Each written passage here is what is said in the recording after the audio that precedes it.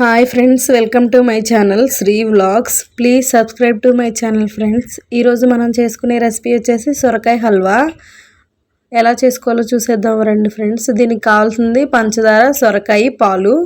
సొరకాయని ఫస్ట్ తోలు తీసేసి పైన చెక్కు మంచిగా తురుముకొని పక్కన పెట్టుకోవాలి.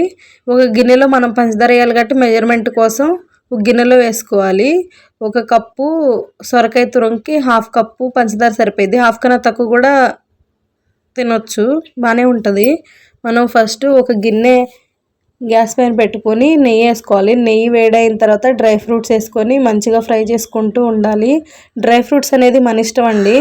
మనకి ఏ డ్రై ఫ్రూట్ నచ్చితే అది వేసుకోవచ్చు. కాజు, బాదం ఇవి ఏమైనా వేసుకోవచ్చు. నేనైతే కాజు కిస్మిసే వేసాను. మీ పిల్లలు మీరు ఏది ఇష్టంగా తింటే అలా చేసుకోండి. ఇలా ఫ్రై చేసుకున్న వాటిని పక్కన పెట్టుకోవాలి ఒక గిన్నెలో తీసుకొని.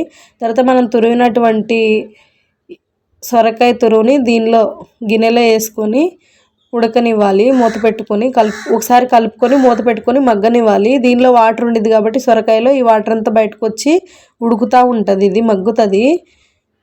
తర్వాత ఈ వాటర్ మగ్గిన తర్వాత దీనిలో పాలు యాడ్ చేయాలి. పాలు అనేది మన ఇష్టం అండి.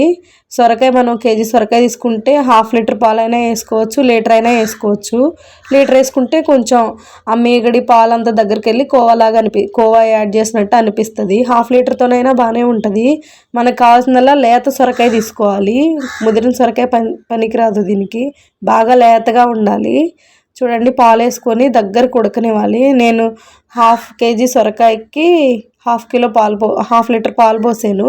అందుకే నాకు కోవాలాగా దగ్గరకు అయ్యింది. చూడండి, పక్కన మేగడ వస్తూ ఉంటుంది కదా ఉడికేటప్పుడు, ఆ మేగడిని దీనిలోకి లాక్కుంటూ ఉండాలి. తర్వాత పంచదార యాడ్ చేయాలి. ఒక కప్పు సొరకాయ తురుముకి హాఫ్ కప్పు పంచదార సరిపోతుంది. హాఫ్ కన్నా తక్కువ తినే వాళ్ళకైతే హాఫ్ కన్నా తక్కువైనా సరిపోతుంది. ఎక్కువ తినే వాళ్ళకైతే హాఫ్ కప్ కావాలి పంచదార, స్వీట్నెస్ ఎక్కువ తినే వాళ్ళకి. ఇలా దగ్గరకి అయిన తర్వాత చూడండి, పంచదార కూడా దానిలో వాటర్ అంతా బయటకు వచ్చేసి ఉడికిపోతూ ఉంటుంది. ఆ టైంలో కొంచెం సాల్ట్, కొంచెం యాలకుల పొడి వేసుకొని మంచిగా కలుపుకోవాలి. కలుపుకుంటూ ఉండాలి. కలపటం కానీ ఆపేసామనుకో అడుగు పట్టేసిద్ది. పాలన్నీ ఇనిగిపోయినాయి కాబట్టి ఇప్పుడు ఆ పంచదార సిరప్లోంచి వచ్చిన వాటరు అంతా లాగేసింది. చూడండి, అలా ఒత్తి చూసుకోవాలి. నాకు కొంచెం వాటరీగా వస్తుంది. మళ్ళీ నేను కొంతసేపు ఉంచాను, ఒక 2 minutes. ఇలాగని ఉంటే ఎక్కువ రోజులు నిల్వ ఉండదండి. ఒకవేళ మనం బయట ఫ్రిడ్జ్లో పెట్టొద్దు, ఇలాగే ఉంచుకోవాలంటే ఇలాగ వచ్చినప్పుడు పాలు రాకుండా ఉంటే దానిలో వాటరు ఒక వారం రోజులు నిల్వ ఉండిద్ది బయట ఉండ. ఇప్పుడు మనం ఫ్రై చేసుకున్న డ్రై ఫ్రూట్స్ వేసుకొని మంచిగా కలుపుకొని సర్వ్ చేసుకోవడమే. చాలా అంటే చాలా టేస్టీగా ఉంటుంది. మనం చెప్పే వరకు తెలియదు తినే వాళ్ళకి ఇది సొరకాయ హల్వా అని.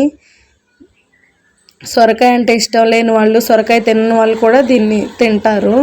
చూడండి, ఇలా ఒత్తి చూసినప్పుడు పాలు వాటర్ ఏమి రావటం లేదు. ఇప్పుడు ఇది రెడీ అయిపోయినట్టే. చాలా అంటే చాలా టేస్టీగా ఉంటుంది. ట్రై చేయండి. నా రెసిపీ కనుక మీకు నచ్చినట్లయితే లైక్ చేయండి. నా ఛానల్ని సబ్స్క్రైబ్ చేసుకోండి ఫ్రెండ్స్.